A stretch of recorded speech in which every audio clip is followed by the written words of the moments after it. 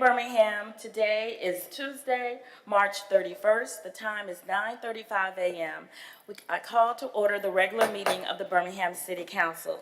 This morning, our invocation will be led by Bishop Jonathan L. Woods, Sr., pastor of Love City Church in Birmingham, and our Pledge of Allegiance will be led by Councilor Darrell O'Quinn. If you're willing and able, please stand and join us.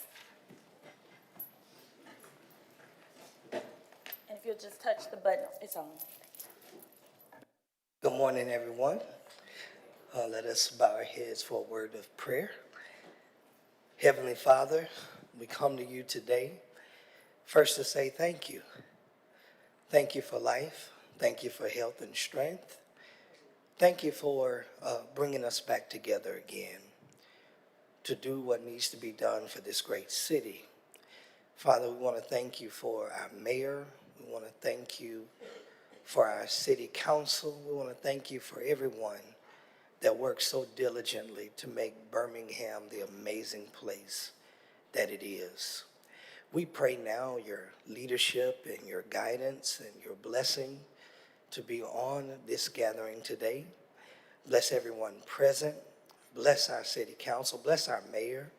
Bless their families and all that they do, God. And we just thank you that Birmingham is covered under your blood and that we're safe and your grace and mercy is on us. We thank you that our city is amazing and it will continue to be amazing.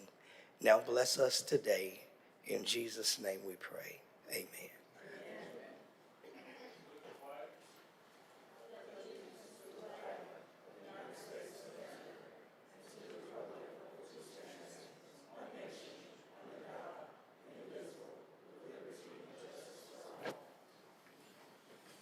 Thank you very much, Bishop Woods, for that very thoughtful prayer. Thank you, Dr. O'Quinn, for leading us in the Pledge of Allegiance. Good morning, Mr. Clerk. Good morning, Madam President. If we could now have the roll call, please. Councilmember Gunn. Good morning. Good morning, sir. Councilmember O'Quinn. Good morning. Good morning. Councilmember Smith. Good morning. Good morning. Councilmember Smitherman. Good morning. Good morning. Councilmember Vasa. Good morning. Good morning. Councilmember Williams. Councilmember Woods. Good morning. Good morning. Council President Pro Tem Tate. Good morning. All right. Council President Alexander. Good morning. Thank you very much. Councilors, the minutes are not ready from the meetings of January 6, 2026 through March 24th, 2026. At this time, we have communications from the mayor. Good morning, Mayor Whitfin. Good morning, Madam President. There's a little feedback here. Good morning to the entire council. Good to see everybody this morning. Good morning to the general public as well as those here in the City Council chamber. Madam President and Council, just have two notes to be very brief this morning.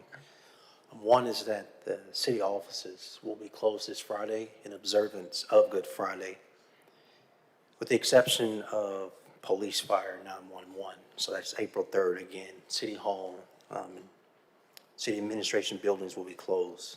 This will not affect trash or recycling pickup. But we do want to take the time to wish everyone and their family a happy Easter this upcoming Sunday. And now at this time, I would like to invite up the members of our planning, engineering, and permits team to join me as we speak to Landscape and Architecture Month.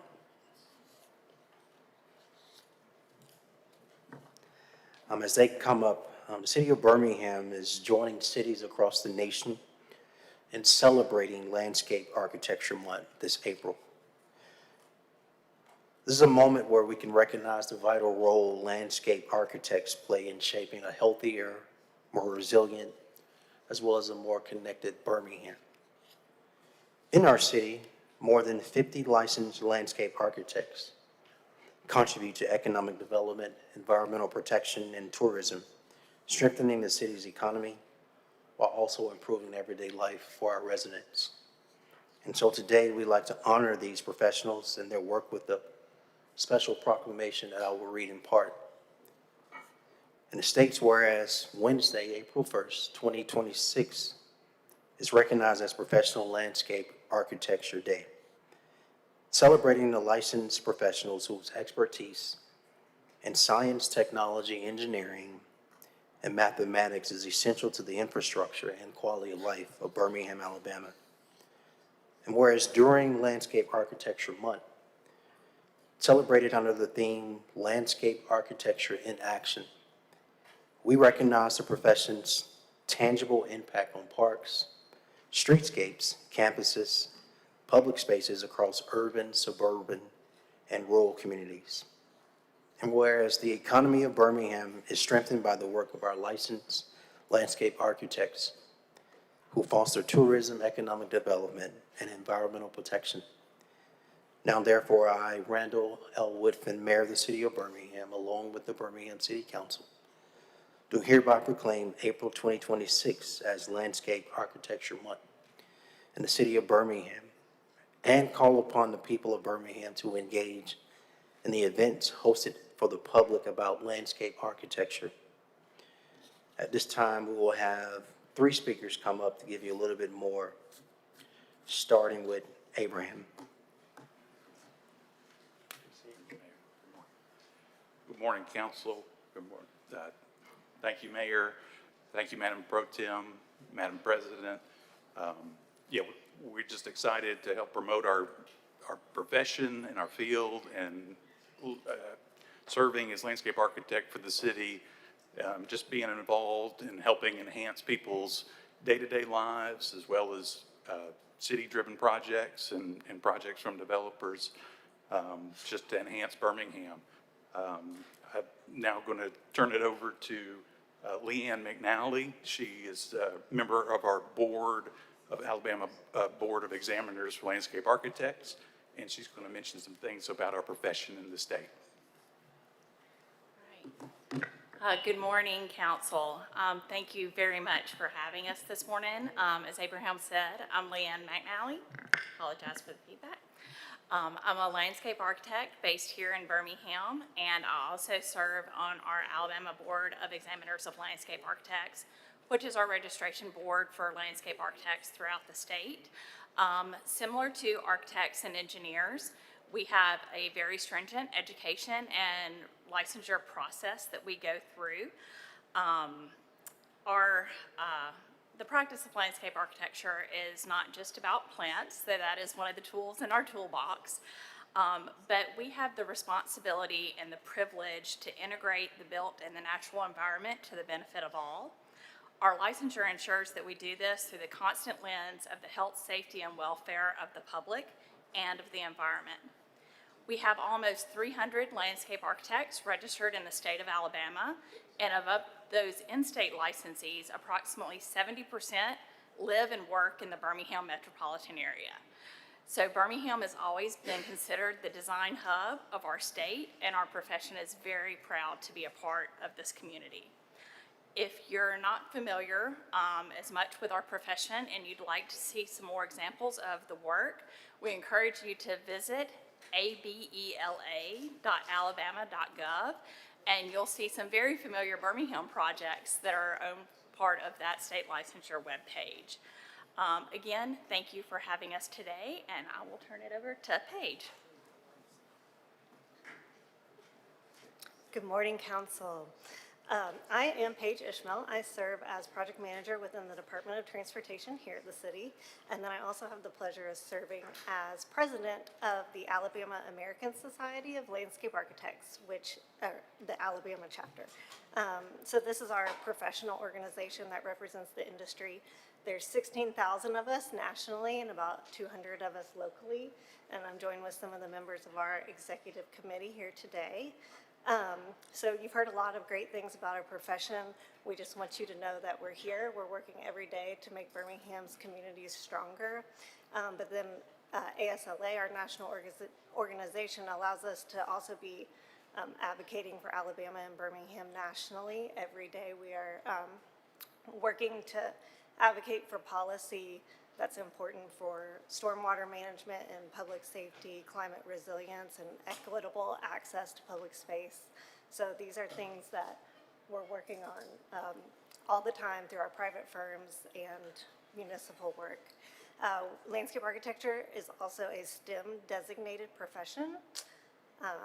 So we're also working to be in our high schools here in Birmingham and have students learn about landscape architecture at a young age, because we're right at the line between science and design, so we can speak to a lot of interests that different kids have, to hopefully get them interested in landscape architecture early on. So in addition to April being a Landscape Architecture Month, we have our state conference. It's coming up on April 16th and 17th. We're kicking things off at City Walk on April 16th, and then we have a full day of educational sessions on the 17th, which is a Friday, and that is at Vulcan Park and Museum. So we would love for anyone in the design field to check that out and join us on that day. So we thank you again for this recognition. Thank you so much. Thank you, Mayor Woodfin, for recognizing these individuals and for the work that they do. We know you keep Birmingham beautiful with your beautiful designs, and I'm always in awe of anyone who is able to take any area of space and beautify it in the way that you do. So thank you so much.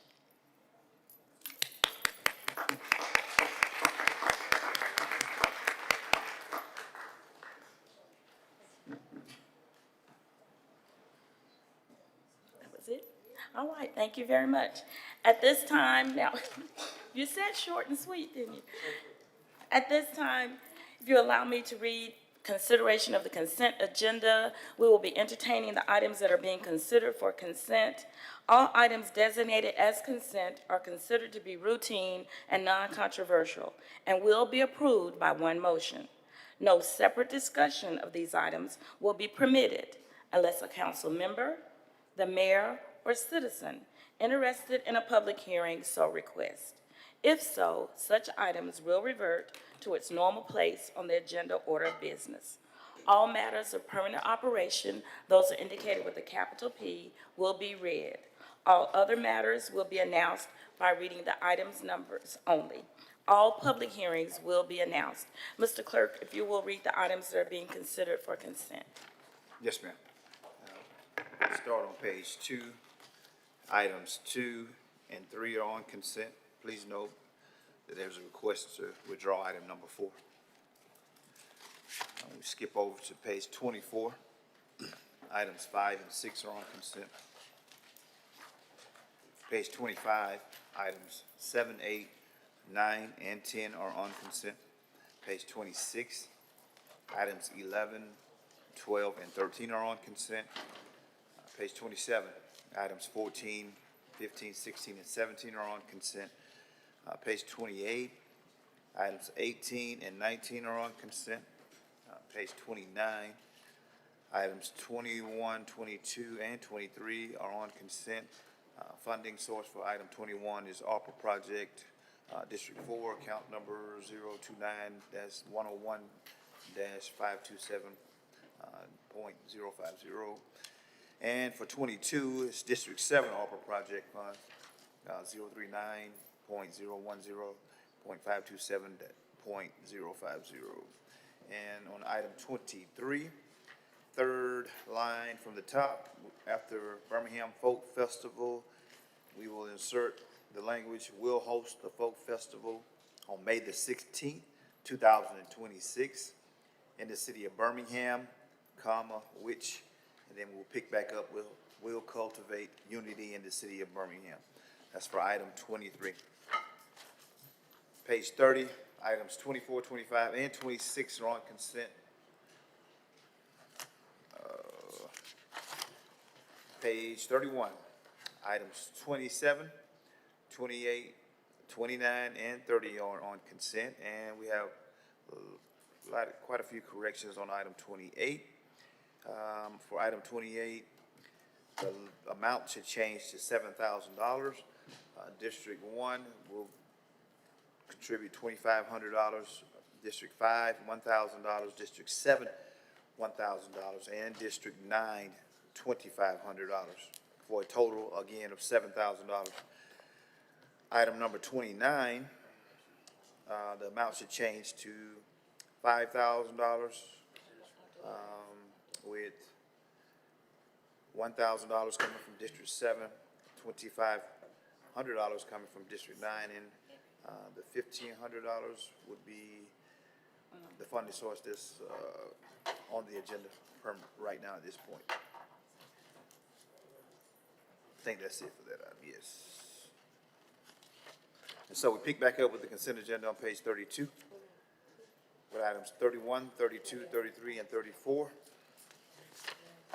Page 33, items 35, 36, 37, and 38. And we have a couple of changes for item 37.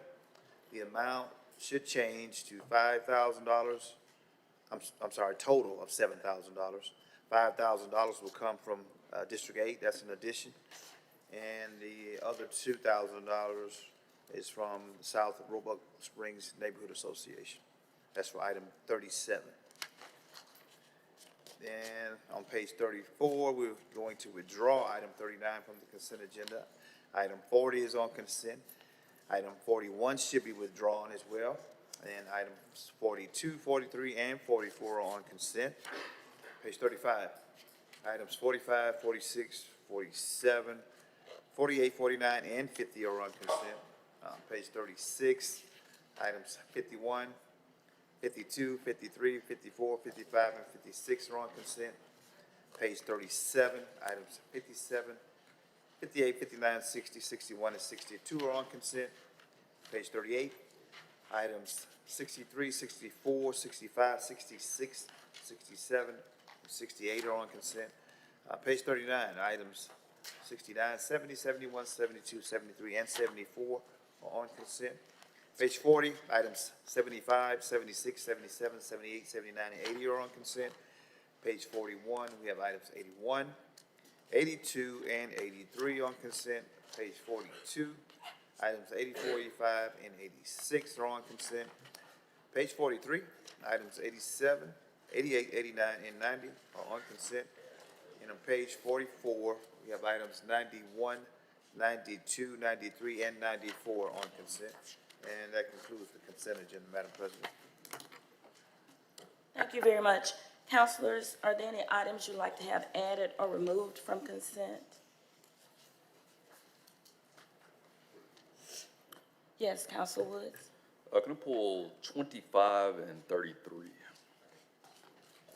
That's item 25 on page 30 and item 30. And item 33 on page 32. Any other items? Okay, councilors, I'd like to pull item number 18 from consent.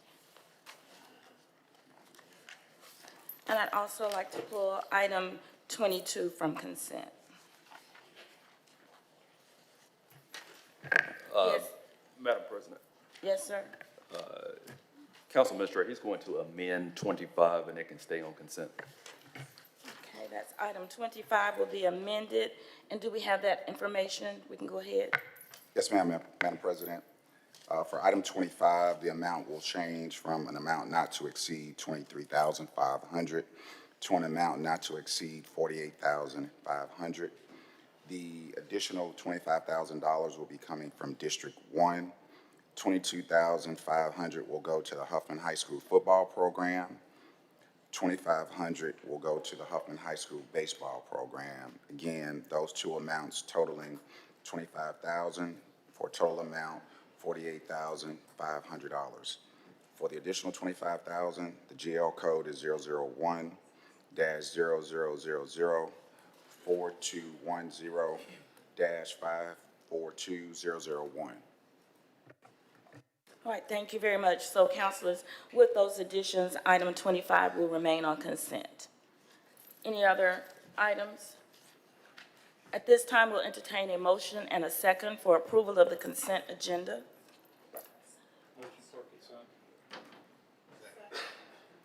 All right, I have Council Members O'Quinn and Gunn for the consent agenda. How's that sound? Aye.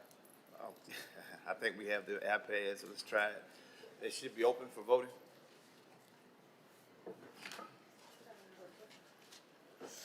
All right, Council President Alexander. Aye. All right, got it. That vote should be up, Madam President. All right, thank you. The items that were considered for consent have been approved. If you're here for any of those items, they've been approved, and we'll continue with the rest of our agenda. Mr. Clerk, we're going to go a little bit out of order. I would like to,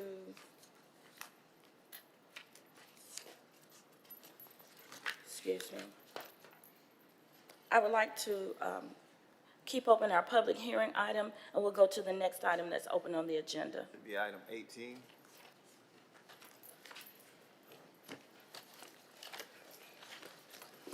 Item 18, an ordinance to further amend the general fund budget for the fiscal year ending June 30th, 2026 by appropriating $4,500,000 to city council for district funding, increase $1,000 for stormwater master plan, $2,000 sidewalk repairs,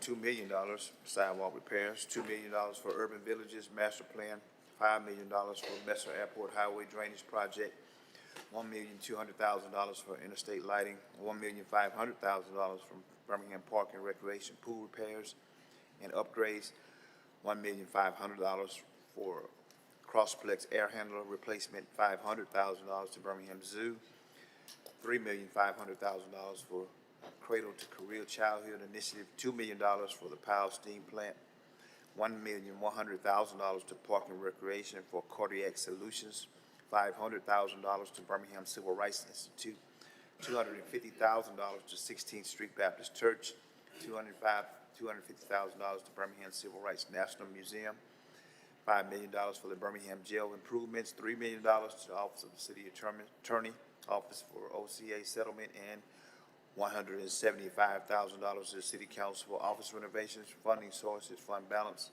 reserves. A motion, please. All right, thank you. Councilors, I ask that this item be removed from consent, just so that the public has an idea of what this item means to us. This item has been recommended by the mayor as well as the Committee of the Whole. We did have a presentation to us during our last Committee of the Whole meeting where these items were presented to us. Mayor Whiffen, I just wanted to give you an opportunity for the public just to have some awareness of how we got here and the intent for this item. Thank you. Yes, ma'am. Again, good morning. Madam President, good morning to the entire council. Please recall, as it relates to the beginning of the fourth quarter of last year, we had a presentation from our financial advisors in detail about all of our finances. As you know, there were some additional surplus funds in our fund balance. We went and supported our employees with premium pay at the end of the year, December. But since then, we've had some conversations, and there's some critical things we need to do to support our city's public infrastructure, which includes stormwater, sidewalks, interstate lighting, and as well as repairs and upgrades for our city pools as the summer is approaching. In addition to that, as you all know, since the third term has started, there's been a significant focus on early childhood, cradle to career. So there's a significant investment in early childhood as well as in partnership with Small Magic. And then, of course, I think we know our city and its role in the civil rights, and there's significant investments, and this is just a down payment. There will continue to be more significant investments in our civil rights district, which includes BCRI, 16th Street Baptist Church, as well as the National Monument.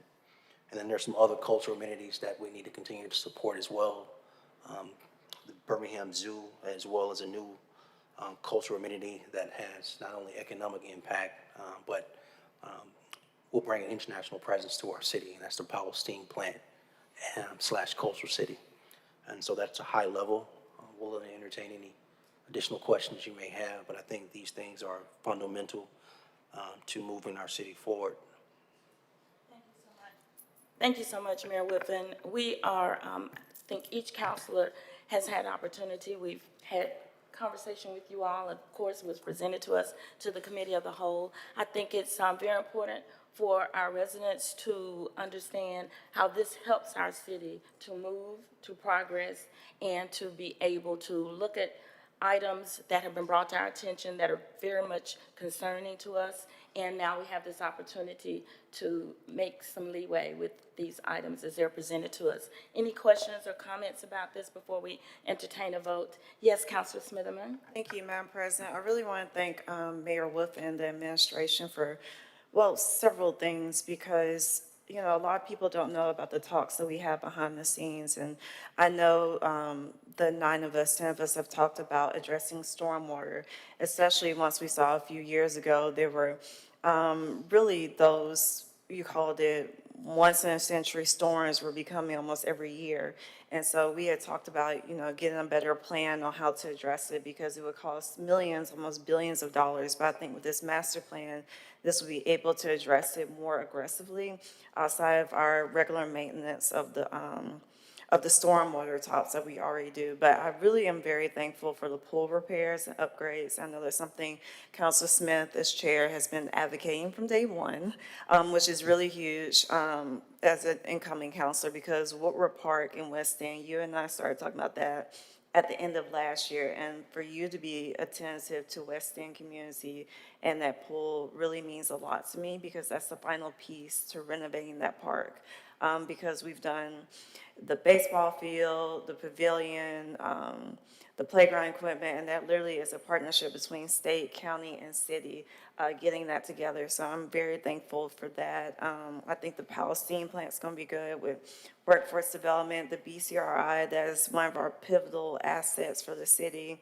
And I really think this is gonna be a game changer for us. So I'm glad to see that we're very proactive in using this to really help the community, especially with the sidewalk repairs. I see my former colleague, Councilor Abbott, I know she's happy about that. But I just want to thank you guys for just listening to our concerns, our budget priorities, and still addressing it even throughout the year. Thank you.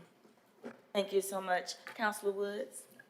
Thank you, Madam President. Definitely wanted to show some love to the administration, the finance team. I think being very wise in how we manage our funds on a year-to-year basis to ensure that we never have a lapse in what we can deliver to the public in terms of our city services. But, you know, being able to realize a surplus like this and take on some long-standing projects is exciting. I know kind of everything will kind of come out in the coming days and weeks, but just really excited to have the opportunity to come out and solve some issues that residents have been asking for a long time. And, you know, just been very impressed with the way the city has really operated on a zero-based budget, but even throughout the year, try to find ways to avoid wasting dollars that don't need to be spent. And I think in a moment like this, you really see the opportunity to take advantage of that. So thank you. Thank you. Thank you very much. Councilor Vasa? Thank you, Madam President. I also want to echo the comments of my colleagues. Mayor, this surplus funding and opportunity to use it to deploy funds towards infrastructure and items for the city is very helpful. In particular, the support for the Birmingham Zoo, I know is very important to them. There's a lot of grave infrastructures, kind of and operational opportunities that are going to be used for that. So we thank you for that. And then also the sidewalk repairs, as Councilor Smitherman mentioned, Councilor Abbott, we appreciate that, and we've seen that work already on the south side. So I want to lift that up. Thank you. Thank you very much. Anything else? Yes, Councilor Well, Smitherman? Please forgive me, y'all, but will you briefly explain the Urban Villages Master Plan, just briefly? Because I think if somebody read it, they wouldn't really know what urban village, because I didn't. Absolutely. Councilor Smitherman, to the entire council and to the general public and those in the audience, the Urban Villages Initiative is just I got some notes here, but a way to explain it is we're rich in our 9 city council districts with over 20-plus small business quarter districts, if you would. You think about 5 Points South and 5 Points West, downtown North Birmingham, but you also have a portion of Woodlawn who has its own business district. You have these various business districts, and they go west as even far as Central Pratt. There are 20-plus of them all over the city. What we are wanting to do is identify about 11 or 12 of them to just center around not only the business district, but the portions of those districts we're responsible for from a city infrastructure standpoint. So think the streets, sidewalks and lights, and creating a vibrancy that actually works for some of those areas. But also the notion of how do we make them more walkable, how do we make them more neighbor-friendly, but also how do we create the space, so in partnership with economic development and community development as well. And so these initial areas are all across the city. I think they touch all 9 of your districts. Includes North Birmingham, Huffman, Eastlake, Inslee, 5 Points West, Smithfield, Woodlawn, 5 Points South, Titusville, Lawson State, and I actually may be missing one. But from this notion of what we're trying to do is make sure that we can create in these places not just an initiative around neighborhood revitalization, but as James Fowler said, it doesn't matter if you're 8 years old or 80 years old. We want to be in a position where residents who live in walking distance, and not just for that neighborhood, but for that community, can have a space where they can convene, where they can socialize, where there's activity, and making sure folks have the quality of life opportunities that they desire in proximity where they live, and they don't necessarily have to leave and go to another city to do that, and or the other side of town. So we're going to start with the basics first, things we're responsible for, control of. If you consider downtown North Birmingham, starting with literally 1 block and then expanding out from there. But think about, again, whether it's that sidewalk that we're responsible for with public tax dollars, or those lights we're responsible for with public tax dollars, et cetera. And then working with those existing small businesses in that area, and or if we own actual brick and mortar, how do we re-expose that space to make it where it can be socialized.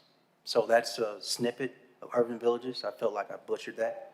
I feel like James Fowler can explain it better. But we're really excited about the opportunity.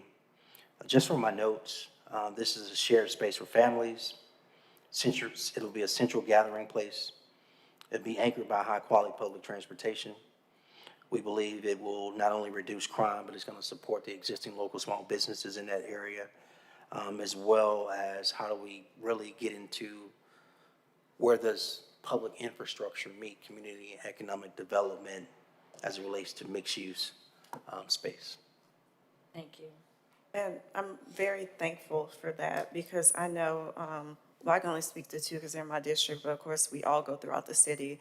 And we hear business owners asking for a lot of this, as you call it, low-hanging fruit, the sidewalks being repaired, the trees being replanted. And I think, our residents deserve to have a beautiful corridor in inner city Birmingham, just like if you go to a DC or LA may not be a good example, but DC, New York, or even like in the suburbs. So I really do, I'm sorry, Madam President, I really do appreciate, because this really highlights every part of town, from the north side, the south side, east side, the west side. This really addresses everything, and also from ages 0, 1 to 99 with the cradle to career. So thank you, and shout out to Chaz. I know he was the brainchild behind a lot of the figures, so thank you. Thank you. Councilor Williams? Thank you. Thank you.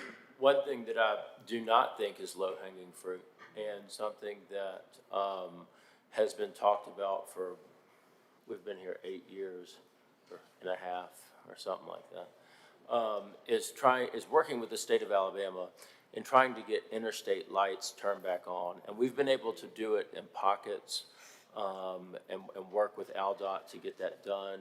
And y'all have done a great job of working with ALDOT and finding solutions to get it done. When you drive anywhere throughout the state of Alabama and you go through a municipality, you notice that a lot of their interstate lights are dark. However, if you're in rural Alabama and drive by a rest stop, it's well lit. And that is because obviously the state of Alabama requires the municipality to maintain interstate lighting, while the state maintains the rest and polices the rest of the interstate. So having the eastern area and the rest of the I-20 corridor, I guess, relit for I don't know how long it's been since it's been lit, is something that I'm very excited about, because the amount of emails that I have gotten over the past 8 years to try to get that done is significant. And I know that our eastern area residents are going to be thrilled once that's completed. And we ask folks not to steal the copper after we install Yeah, it. that's been the challenge, Madam President, to Councilor Williams' point. Again, just a note, this interstate lighting is for I-59 from the split of 2059 to Roebuck Parkway, and the other side of the split to the city limit, right at the line of Irondale. The total cost of this is actually $6 million. It's very expensive. And for the record, which I like to state on the record, we're actually not responsible for interstate lighting. However, we're challenged with some of the, complexities and politics of the state, and we find ourselves having to find a solution because that's what our residents want us to do. So the good news is that LDOT will invest $2.4 million in federal funds. Regional Planning Commission will invest $2.4 million in federal funds, and we're doing our match. Which is a significant amount of money for the remaining, closing that gap. But this is, as you've said, something that the residents really need and want, and it's been a very high on the complaint list. And I also want to manage expectations that we still have to bid this work for a total package, and it can take up to 10 to 18 months to construct after.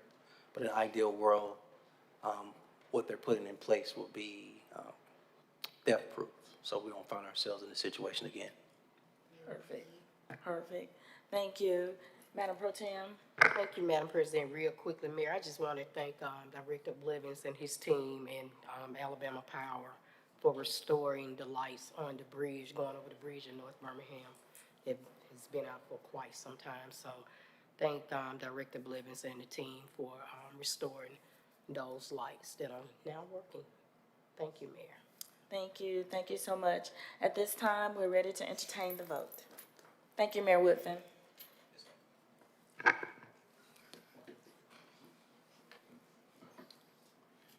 Councilmember Williams. Aye. President, Aye. that vote should be. All right, thank you. Item 18 passes again. Thank you to Mayor Woodfin, the finance team, and we're very excited to have this opportunity. Next item. Should be item 20. An ordinance to add section 2-4-18 to Title II, General Government, Chapter 4, Officers and Employees, Article A, General Provisions. The General Code of the City of Birmingham established paid mental health leave for full-time classified employees of the Birmingham Fire and Rescue Service. This is an item of permanent operation. In order to pass, I need you seated today. Second. Councilmember Gunn. Aye. Councilmember O'Quinn. Aye. Councilmember Smith. Aye. Councilmember Smitherman. Aye. Councilmember Vasa. Aye. Councilmember Williams. Aye. Councilmember Woods. Out. Council President Pro Tem Tate. Aye. And Council President Alexander. Aye. All right, motion on the item, please. Item is before you. All right, councilors, this is an ordinance to add a certain section to our general government, general code of the city, and this is to establish paid mental health leave for full-time classified employees. This item was submitted by the mayor and recommended by the fire chief. Any questions regarding this item? Very good. Okay, we're ready for the vote. Voting should be open.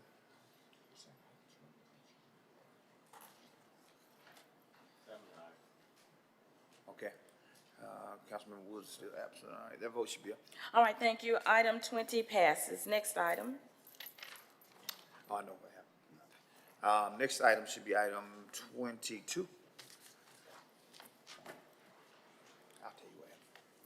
Item 22, a resolution authorizing the mayor to execute an amendment to the agreement with Own It Property Solutions LLC in an amount not to exceed $524,420, under which Own It will provide services to the city by implementing a project to rehabilitate up to 4 dilapidated houses in the Hillman Gardens area, to provide housing for qualifying residents of the city of Birmingham at or below 80% of their area median income, to extend the term of the agreement to a term to end on or before September the 30th, 2026. Motion, please. Move the item. Second. All right, thank you. Councilors, I ask that this item be removed from consent just to allow residents to really understand the focus and the goal to improve the quality of life for residents, especially in this area. Often, residents feel as if in these legacy neighborhoods, especially within District 7, that they're left alone, they're not being attended to. And so this particular item gives an opportunity to increase rehabilitation of homes within the district. And I'm very excited. This is a continuation of an ARPA project that we had in D7. And so I just wanted to be sure that we made residents aware. I think all of us here are committed to rehabilitation and revitalization of homes. And this is just another opportunity and way to do that. So if there are no other comments or questions, we'll take the vote. Thank you. Thank you.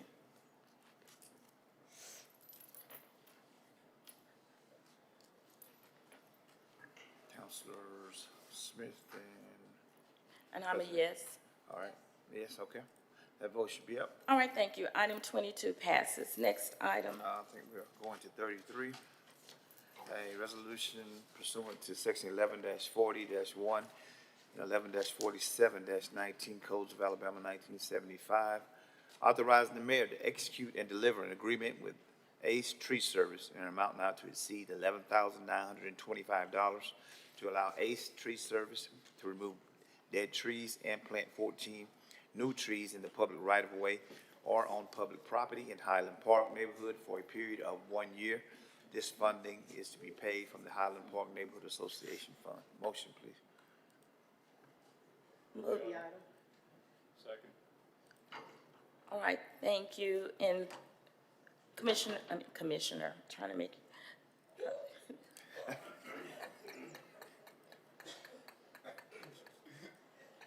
Mr. McDaniels. Madam President, item 33, the total amount should be not to exceed $20,000 with an additional $8,075 coming from District 1. The removal of dead trees and the planting of additional trees will occur within District 1, and that GL account number is 001-0000-4210-542-001. All right, with that additional information, Councilor Wood should ask us to remove this from consent. Yes, ma'am, just to give some context, in Budget and Finance, we added some additional work to the item to remove some trees, similar work in District 1, and so excited to get that funded and completed. And in addition to those interstate lights, That's take a couple right. complaints off the list. Rocking and rolling over there. Thank you so much. Any other comments? We're ready for the vote, Mr. Clerk.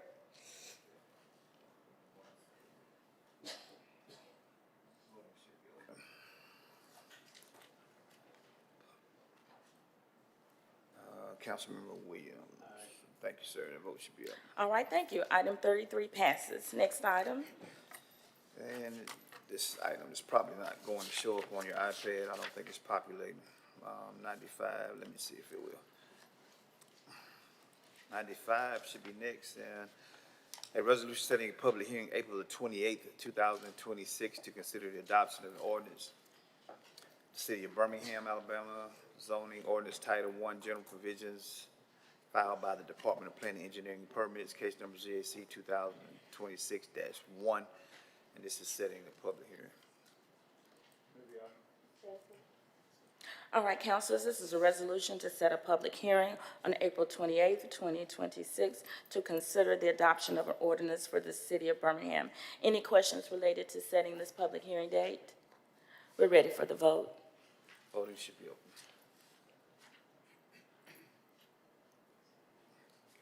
And Councilmember Williams. Thank you, sir. That vote should be up. All right, thank you. We've set that public hearing for April 28th, 2026. Next item, Mr. Clerk.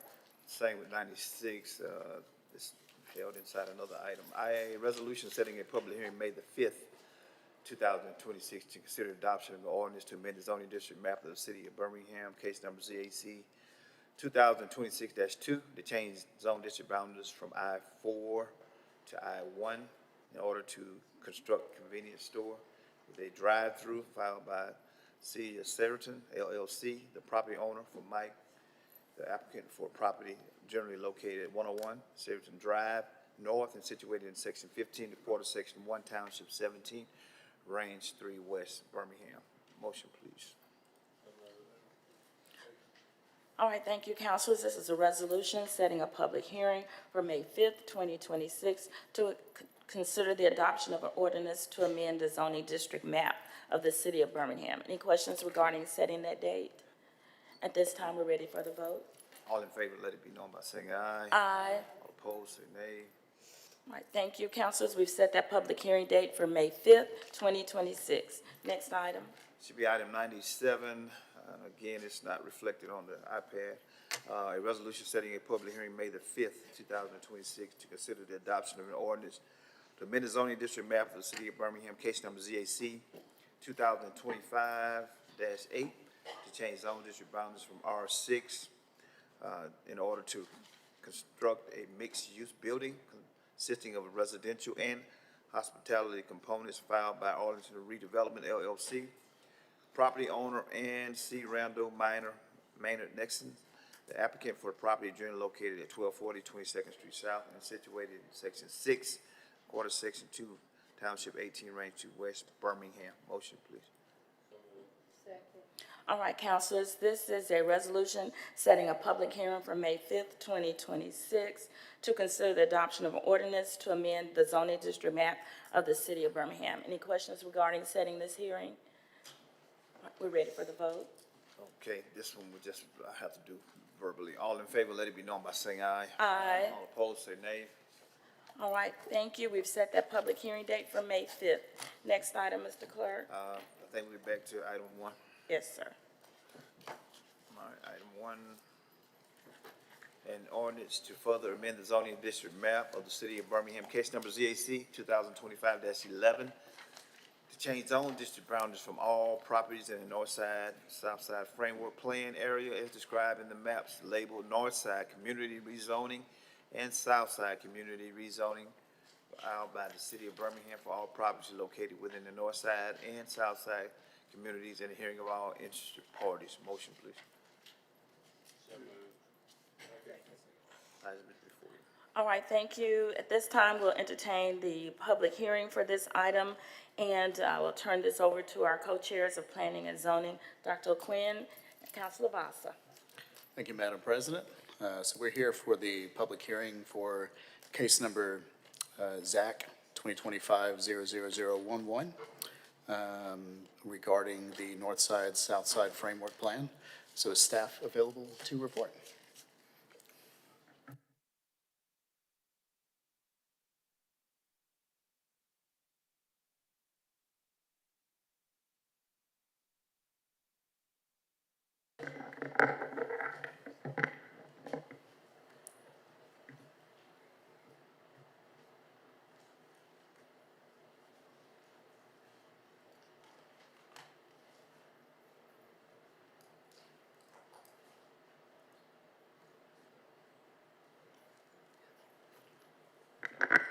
Good morning.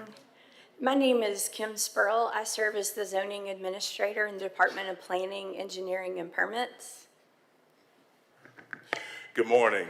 My name is Michael Ward. I serve as principal planner in the city's Planning, Engineering, and Permits Department. We have a very brief PowerPoint presentation that we'd like to show the council and the audience. It'll give you a highlight of the process that we've been through for the North Side, South Side rezoning plan. First, we want to confirm that when we are speaking of the North Side, South Side communities, they include the Central City, Druid Hills, Evergreen, Fountain Heights, Norwood, 5 Point South, Glen Iris, and Southside neighborhoods. The reason that we are doing our citywide rezoning is because we are trying to align our zoning districts with the goals that were outlined in the city's comprehensive plan that was adopted in 2013.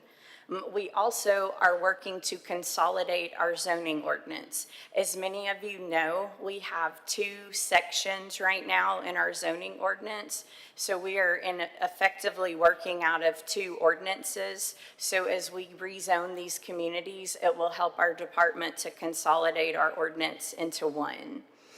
We are also taking this community-wide rezoning opportunity to downzone vacant heavy industrial sites so they can be revitalized into other uses that would be acceptable for the community. We are also expanding our mixed-use district zoning to encourage vibrant, walkable neighborhoods. The mixed-use districts were adopted by this council in our 2015 zoning ordinance update. So we are incorporating those in our community-wide rezoning plans. We also are looking to implement our new urban neighborhood zoning district that was approved by the council last year. And this district will provide for flexible housing options for our residents and for infill housing. So we've had many people ask about rezoning cases that have already gone before this council. Any rezoning cases that were initiated by a property owner that this council rezoned, those are not changing. Those queue conditions that the council has imposed on individual rezoning cases will remain with the properties. No one is imposing new queue conditions or suggesting the removal of any queue conditions through this rezoning process. So real quickly, we would like to go over our community engagement process. The planning team hosted 3 community meetings with Northside, Southside. They began in 2024 in September and November of that year, and then followed up in January of 2025, where the community did vote to recommend this rezoning plan. Our next step in the process was to present the rezoning maps to our planning commission. We hosted a planning commission workshop on March 19th of last year, where the planning commission asked questions and reviewed the proposed rezoning maps. And on June 25th, 2025, the planning commission held a public hearing, and they did vote to recommend the rezoning to the full city council. On October 22nd, 2025, this rezoning plan was presented to the Planning and Zoning Committee. The Planning and Zoning Committee did vote to recommend approval of this rezoning plan subject to 2 conditions. We did modify several properties that were slated to be D5, multiple dwelling, and we changed those to D3, single family dwelling in the Southside community. And the other condition was the reduction in our D5 districts for the height requirement that was previously 60 feet to 35 feet. And this council did adopt those changes earlier this year. So both of those conditions have been met. So in addition to our community engagement process, every property owner in the Northside and Southside communities received 2 notices. They received a notice for the Planning Commission public hearing, and then they also received a notice for this public hearing that we're holding today.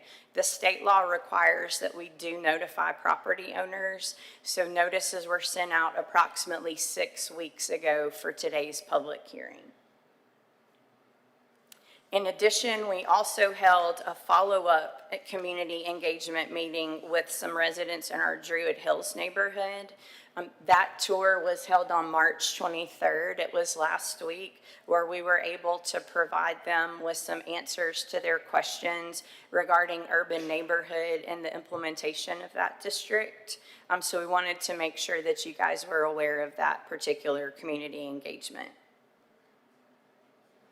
And so that concludes our overview of the rezoning process. Our staff is here if you have any questions about the maps. We also have staff available in conference room A with maps if any residents have specific property questions. Thank you, Kim. All right, well, this is a public hearing, so I will open it up for comments, but actually, before I do, let me make sure I address any questions from the council.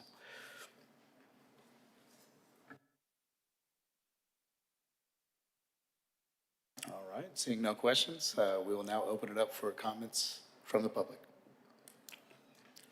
If you're interested in making a comment, feel free to make your way down. If we have a line, we'll form it on this left side over here. We'll have one person at the microphone at a time, and the time limit is 3 minutes. Please state your name and your address. I'm Paul Godby, 920 24th Street South. I'm president of the Southside Neighborhood Association. I took part in a lot of these meetings here that was just mentioned. And one thing that has come about since that time is several of the neighborhoods, particularly at 5 Points South, neighborhood meetings, people would come in for the project, and then they would say it was already been passed by, I think, planning and design review. So it's also like, well, now the neighborhoods have no say-so in the project. So this has turned out to be a concern. It's mentioned that at one time, the developers had to come to the neighborhood association first and then go to planning and design. This way, it's like we're getting projects put in on our neighborhoods that we really don't want. Particularly some of these high-rise apartment buildings that have been built recently, they're not completely filled up. They're like half vacant. And this has turned out to be a problem with our tax base because water equalization will then tax every single apartment building. If you have an old fourplex that was built in 1920, you're being taxed at the rate of one that's like the Ascend Scholar or one of these newer places, their rates. So this drives up the tax costs to individual apartment owners, which means it passes the cost on to the renters. So these half vacant rooms here or buildings that are not leased or ends up causing a problem. Now, I don't know what the answer is, but at least you need to have something in here to say that the projects will go to the neighborhoods for approval first before going to the design review or going on with the process. It seems it was turned around. It used to be that way years ago, but it's been turned around and now it's kind of like backwards. So this has turned out to be a problem. Thank you. Thank you.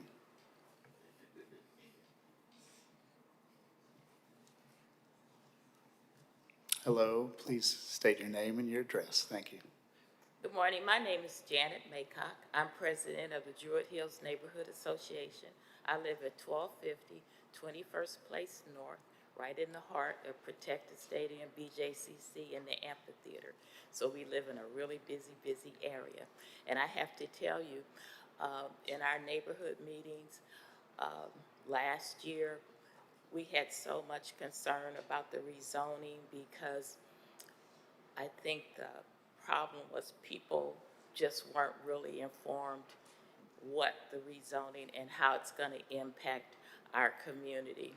And I have to thank the Planning Commission and Michael for the time that they spent personally having us come down to City Hall to their office and going through a step-by-step how this rezoning is going to impact Druid Hills. They also came Friday on the 23rd and took us on a personal tour, and we went through neighborhoods to see what it'll look like, and the fact that we're not going to have these tall high-rise apartment buildings in our residential areas. They showed us the heights, and they showed us how the properties, the housing will face the street, not the corridors, and the parking, because parking is a real problem in our neighborhoods right now. So they clarified the parking requirements.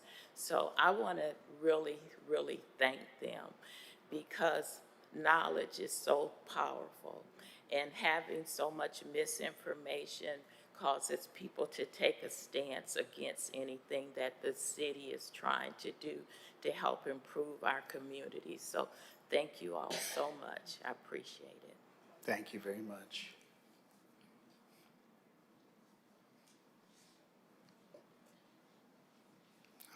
Thank you. Please state your name and your address.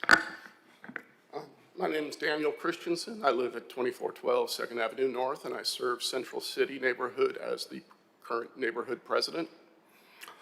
In the rezoning before you, you see that the Central City neighborhood has completely embraced the mixed-use downtown zone for the non-industrial portions of the neighborhood.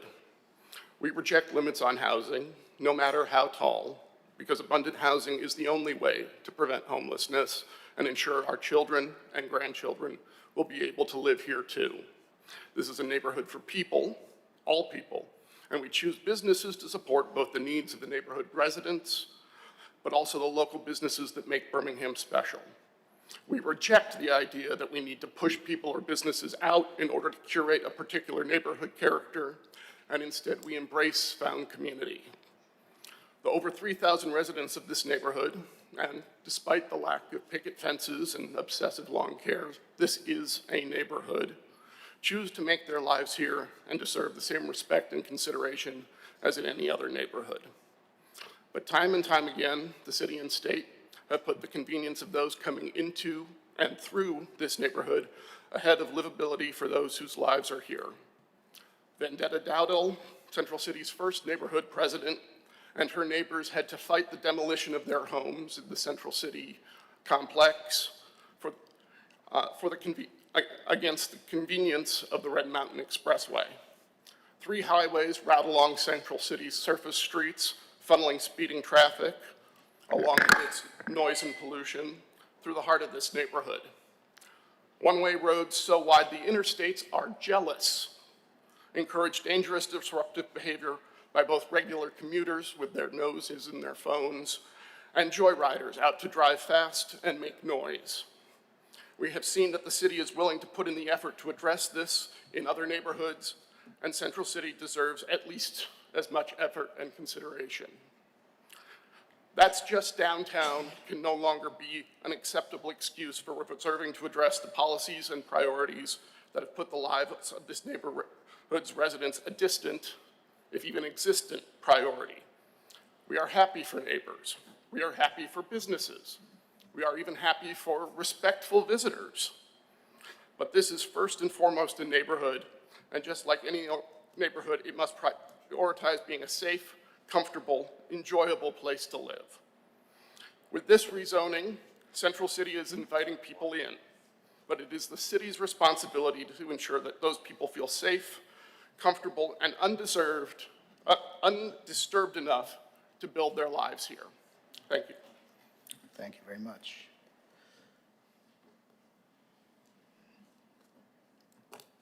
Hello, please state your name and your address. Hello, my name is Kevin Misso.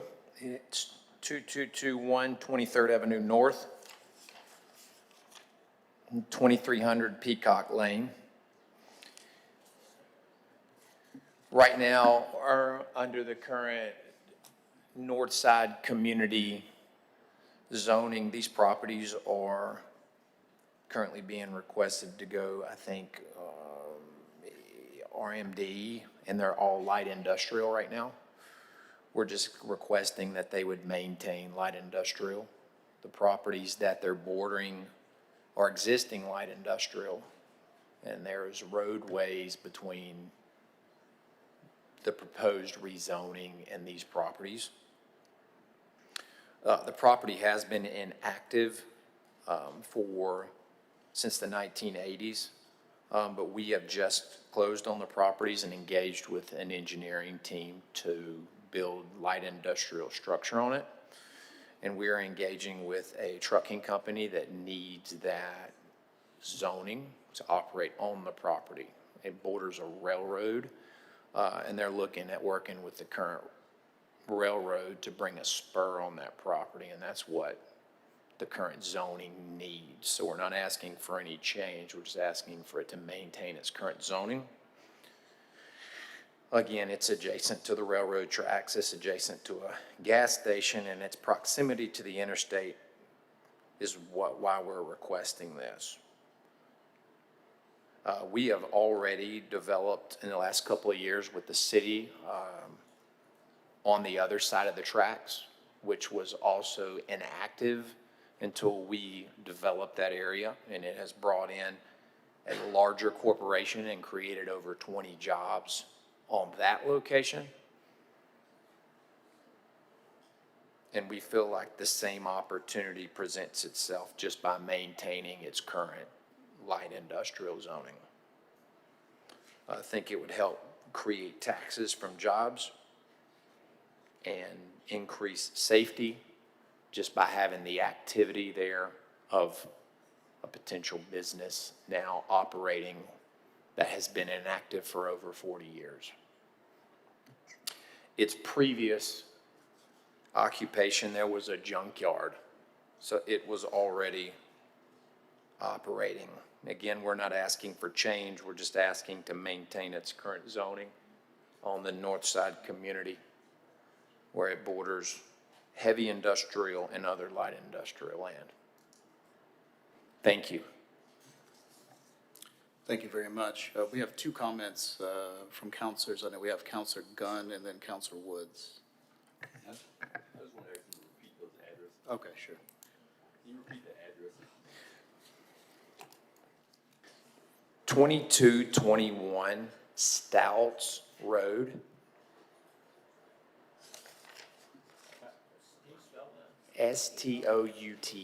Stouts. Stouts. 2221 23rd Avenue North and 2300 Peacock Lane.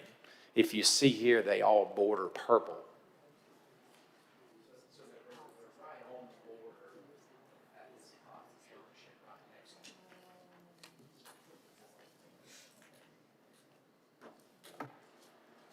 And there is a separation on the properties, an alleyway that separates them. And if you go down and haven't been to the area recently, you can see that from over the last 4 years has been tremendously cleaned up. I don't know if anyone's been down there, but it's better than it has been. And has, again, the potential for the company that's looking at it to create about another 20 jobs.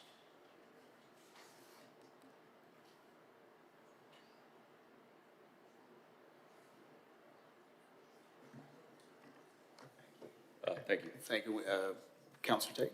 Pro Tem. Thank you, Mr. Chair. I'm very familiar with the area that you're talking about, but what I didn't hear you tell people, this body is right, you got this alleyway. I'm familiar with the store. I'm familiar with the railroad tracks. I take this way every day. And I'm familiar with you clean the property up. But what I'm concerned about is that's a residential area, like it's an alley, which is true, but you got homes all behind there. You got homes all when you hit around that curve. And you're telling this body you want to build a trucking company there? No. Just like the light industrial metal building, a trucking company was looking at it. Mm-hmm. So what my concern is, you want to build a light industrial building, but what about the residents that live there?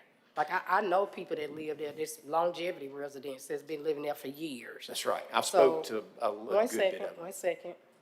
22nd Street North, we have worked very hard to clean that area up. Some houses just was recently destroyed by fire. I just rode through there yesterday. They've taken down houses. Matter of fact, I travel that corridor every day. But what I don't want to see, and what I will not agree to is somebody building a business there and interrupting, people that have to live there. That's a disvalue, to the people that live there. Yeah. That's my comment, Mr. Chair. Thank you, Pro Tem. And Counselor Gunn, I wanted to make sure you had an opportunity. So this is not related to your comments? Well, I was going to tell Counselor Tate, I've actually spoke to the Washingtons, and all 5 houses that burnt. I'm actually working with 2 guys in Atlanta that own them about buying those. So our company, if you look up Riverbrook, we actually build custom homes. So I'm not asking for rezoning of any of the lots that we own in the residential portion. So we will be building houses as well. I don't know if you just saw, just as recent as the last 2 weeks, also in the alleyway, another house just burned. That was separate from the 5 or 6 that you're talking about right there. So, yeah. The pink house is still there. The store was demolished and the other 3 structures, has been knocked down. But I was just over there yesterday. Look, I travel, this area quite often. I'm very familiar, with the area, having grown up in the area on 20th Avenue North. So again, I know a lot of families that live, in that area. Yeah. Okay? But we own 9 other lots there, and all the residential, we will be building houses on. So we're not asking for any change in rezone on anything. We're just asking to maintain its current zoning. All right, thank you. You should check out the houses we built. Any additional questions from council? Yes, Councilor Gunn. Yep, thank you, Mr. Chair. So my question is for staff. First, I want to say thank you for the down zoning and for the heavy industrial zonings. As you know, a lot of the north side communities have bore the brunt of heavy industry over the last few years. And so that's going to be monumental for these communities on the north side to have that down zoning for the heavy industrial. So I'm excited about that. My other thought was centered around the urban neighborhood zoning. Could we get a definition of urban neighborhood zoning for those that may not be aware of what urban neighborhood entails, so they can be more familiar with that? And then any implications from the urban neighborhood zoning in terms of flexible housing options? What does that look like?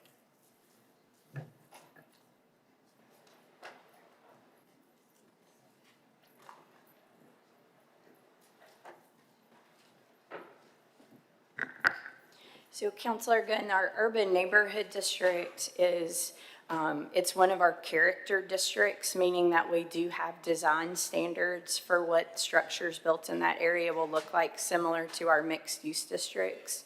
And the uses that are permitted in urban neighborhood are single family, duplex, triplex, quadplex, and multiplex. But multiplex is 12 units or less.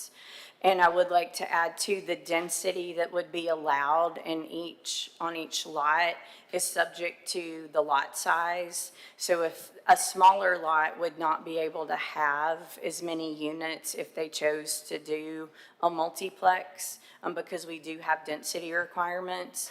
But our urban neighborhood district was designed to give some of our communities more options when it comes to infill housing and what I think some planners have termed missing middle housing. So our goal is to have these strategic urban neighborhood districts where we can bring in housing developers that can meet these requirements instead of having your traditional R3, D3, single family, large lot size requirements. Thank you for sharing that. I had an opportunity to review the urban neighborhood zoning that's been proposed yesterday. And I was looking at one neighborhood in particular, and that's the Norwood neighborhood. I see that some of the urban neighborhood zoning, it meanders throughout the neighborhood. And I guess I wanted to get a better sense of how that was proposed.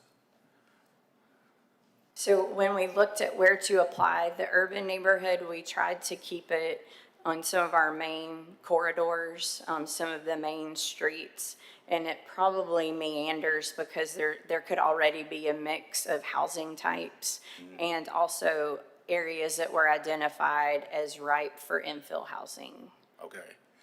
Just thinking about some of the streets, I'm looking at the map now on my iPad, and it excludes some of the streets that have a lot of vacant lots on it. And I know that infill is going to be super important, and having that missing middle housing component in some of the neighborhoods throughout the north side community is going to be super important to begin to repopulate the city of Birmingham. So I would love to see, I don't know if it's too late to have this, but I would love to see that urban neighborhood zoning expand a little bit in the neighborhood to capture some of those streets that have a lot of vacant lots on them. So I'm not sure if that's possible. But I'm super excited about this. And then my second question to the urban neighborhood zoning, I know it, I'm looking at the map, I had a chance to look at it with my team yesterday, and there are some multi-families units that are excluded from the urban neighborhood zoning. Does that impact them at all? So the multifamily that are in use now, they will be allowed to continue. If they were not included in urban neighborhood, they might have exceeded the number of units that are allowed. So we're trying not to create legal nonconforming. And to your earlier point about expanding urban neighborhood, this would actually be the first community that will implement the urban neighborhood district. We did receive a little bit of pushback from some of our communities that have more single-family residential. So I would say that the proposed map is kind of a test case. And as we develop our urban neighborhood districts, I think the planning team in a few years would love to revisit expansion of urban neighborhood in some of our key areas. Okay, thank you so much. Thank you, Councilor Gunn. Any more questions from council? All right, Madam President, I hand it back to you. All right, thank you.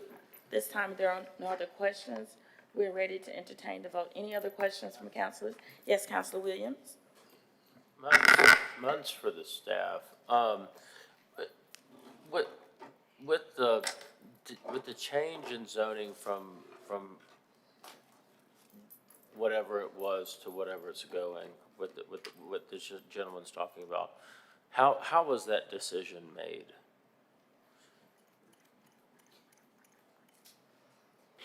So when we're going to take you back a couple years when we started doing the framework plans for each community. When we went through our framework plan process, one of the components was the future land use plan, where staff and the communities went over and created a future land use map that identified the areas as residential, and then within residential, we had residential low, medium, high. We identified areas for mixed use. Then we identified commercial areas as well as our industrial areas. So once that was adopted as part of the framework planning process, staff utilized that when we created the zoning maps that were presented to the communities.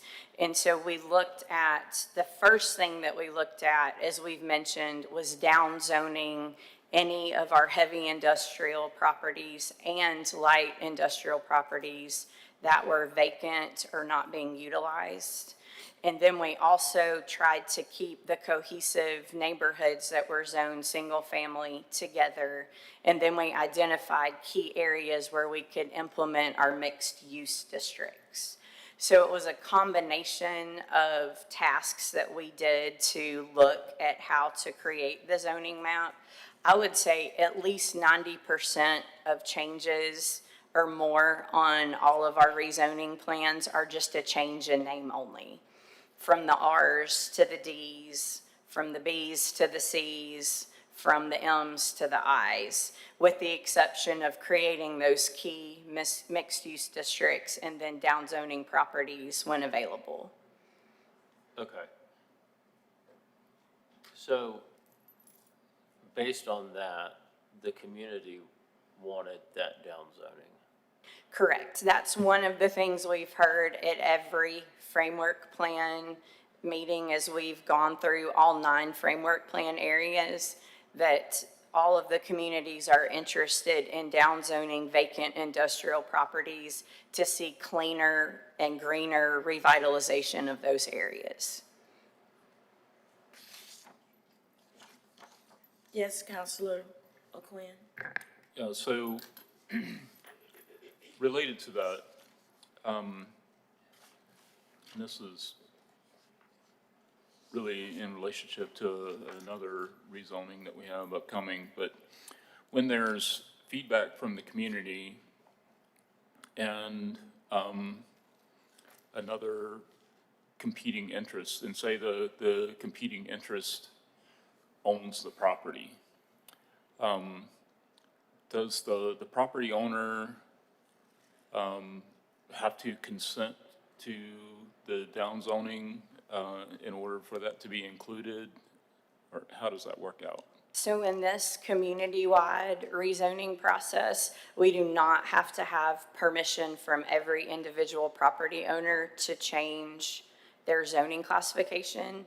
The state actually allows us the opportunity to do these community-wide plans. We have met with many property owners and we've walked them through the changes. You know, there are some that are proposing in the future a use that might not be allowed by the change in the zoning. However, as staff, we have not tried to change individual properties based off a perceived or planned use that could happen down the road. Okay, thank you. Councilor Gunn? Yeah, I know that when you mentioned, when we had this discussion about the urban neighborhoods, you mentioned character-based codes. Is there like a design book for neighborhood residents when they're, building or proposing building? So that's a great question. We're actually working on that as a staff. We hope to be working in the future on a pattern book that will provide some housing types that can be utilized in urban neighborhood. For now, we just have a few basic standards in our zoning ordinance that relate to front porches and facade articulation in urban neighborhood. But we will be working in the future on something that residents will be able to utilize for building these new homes in urban neighborhood. Okay, thank you so much. Any other questions? All right, thank you very much. Thank you, Councilor Vasa, for conducting the public hearing. At this time, we're ready for the vote.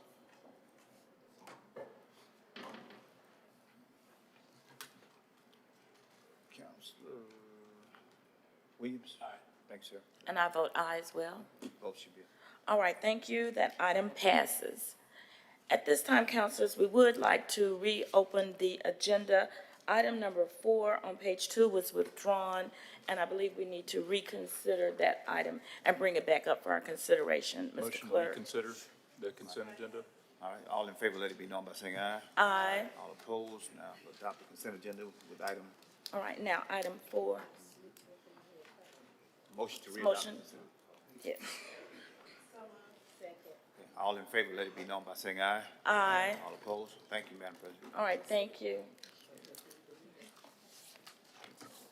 Thank you, Mr. Clerk. Well, Yeah. any more items, Mr. Clerk? No, ma'am. Okay, that concludes our meeting. Mr. Clerk, do we have any speakers? Okay, speakers, okay, yes, ma'am. I think Miss Sergeant Adderley, I think she left, so next should be Miss Thomas, Shirley Thomas.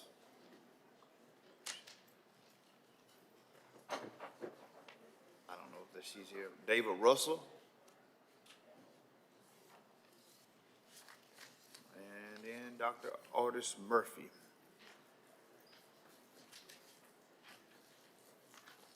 Seeing none, thank you, Mr. Clerk. We are ready for announcements. Councilor Smith, are you ready? Okay. All right, well, thank you. The Park and Rec Board will meet tomorrow at 9 a.m. at Legion Field. We're also conducting a community survey, so all residents are encouraged to complete this survey by going to birminghamal.gov and searching for Park and Rec. Birmingham Library is still accepting applications to serve on the library board. If you're interested, please email your resume and letter of interest to d8help@birminghamal.gov. That deadline is today. The College Hills Neighborhood Association will meet on Monday, April 6th at 6 p.m., and the Central Pratt Neighborhood Association will also meet on Monday, April 6th at 6 p.m., but via conference call. Thank you. Thank you, Councilor Smith. Councilor Gunn. Thank you, Madam Pro Tem. First off, I want to give a shout out to the Collegeville Neighborhood Association. Over the weekend, they and Bethel Baptist Church hosted nearly 40 UAB students in the neighborhood for a cleanup day. And so they had an opportunity to get out and clean up the neighborhood some. And the volunteers were very excited to be out there in the Collegeville neighborhood. So I want to definitely give a shout out to the Collegeville Neighborhood Association for organizing that. The UAB Live Health Smart Mobile Market will be in the Kingston community next Wednesday, April the 1st, from 10:30 a.m. to 12:30 p.m. and in Vice Hill next Thursday, April the 2nd, also from 10:30 a.m. to 12:30 p.m. The Airport Hills community will be hosting their 3rd annual voter registration and restoration drive at the Brownsville Heights Community Center on April the 6th to April the 10th. On Monday, they'll be working from noon to 6:30 p.m. and from Tuesday to Friday, they'll be working from 11 a.m. to 2 p.m. each day. So if you'd like to register to vote or find out where your voter registration is located, please attend that voter registration drive. Neighborhood association meetings happening this month. The first Monday of this month will be Maple Grove at 6:30 p.m. via teleconference. Also, on the first Monday of this month, Zion City will host their neighborhood association meeting at 6:30 p.m. Via teleconference. Also, on the first Monday of this month, the Brownsville Heights Neighborhood Association will be hosting their neighborhood association meeting at 6:30 at the Brownsville Heights Community Center. And then lastly, on the first Monday of this month, the Collegeville Neighborhood Association will be hosting their neighborhood association at Greater New Antioch Baptist Church at 6:30 p.m. Birmingham Heights will also be hosting their neighborhood association next week, and then Fairmont as well. Upcoming committee meetings, the next Community Development Committee meeting is scheduled for Monday, April the 6th at 3:30 p.m. Here in the City Council chambers. And that concludes my announcements. Thank you, Councilor Gunn. Councilor O'Quinn. Thank you, Madam Pro Tem. The Wahoma Neighborhood Association will meet on Thursday, April 2nd at 6 p.m. at the East Lake Library. The annual Crestwood Easter egg hunt will take place on Saturday, April 4th, starting at 10 a.m. at Girls Incorporated. That's located at 5130 8th Court South.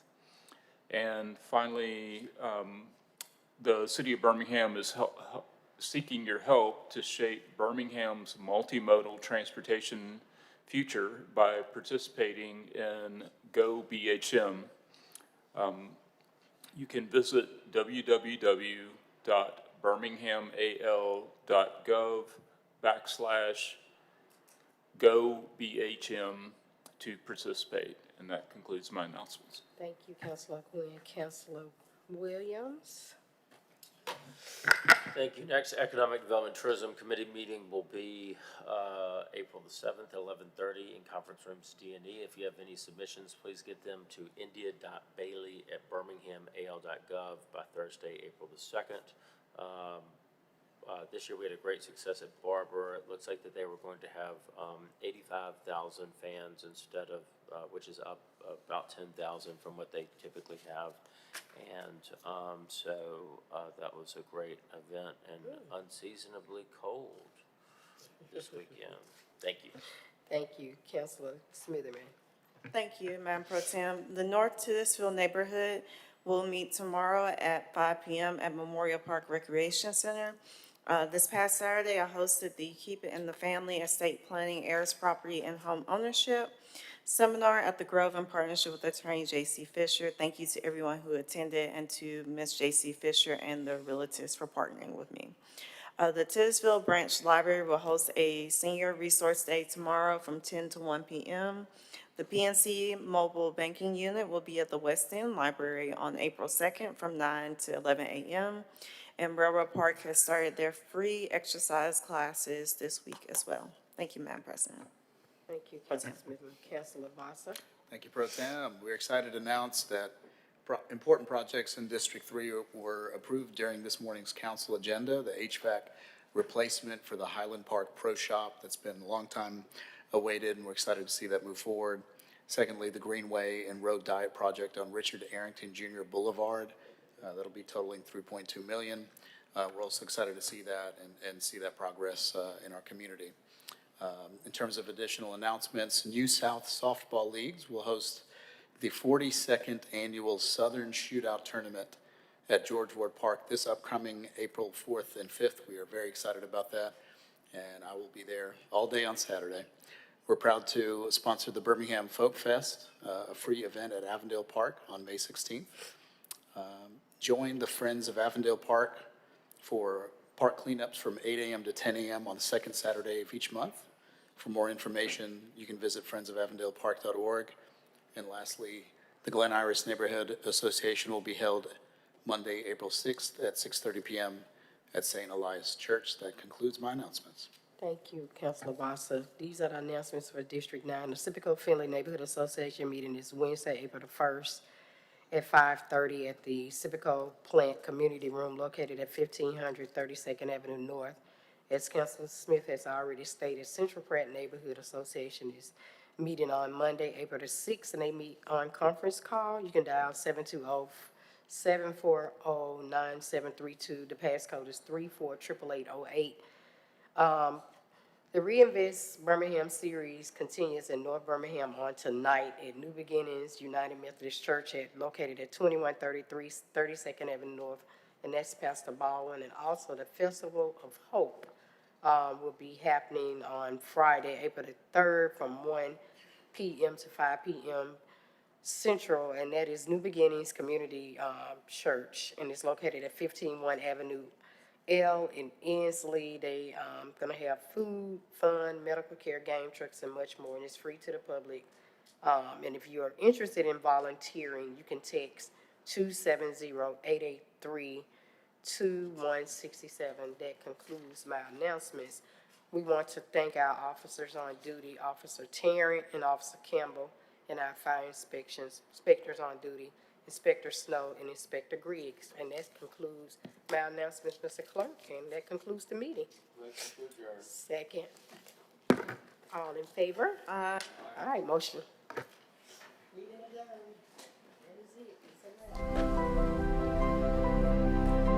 Well, hi, we're here at National League of Cities, a conference that hosts all of local elected officials across the United States. It's such an opportunity to learn, to listen, and then to meet other local officials and work with them and network with them. I've been in a meeting this morning that talked about economic development. Also had an opportunity to hear from other local leaders during our opening general session. Had some great information that was shared yesterday. We have a week packed full of gathering information, knowledge, and networking. Tomorrow, we'll have the opportunity to go on the Hill. We'll actually be talking to members of our legislative delegation. So I'm just excited to be here. Again, it's a great opportunity to be a local elected official, to be able to gather information for other local elected officials.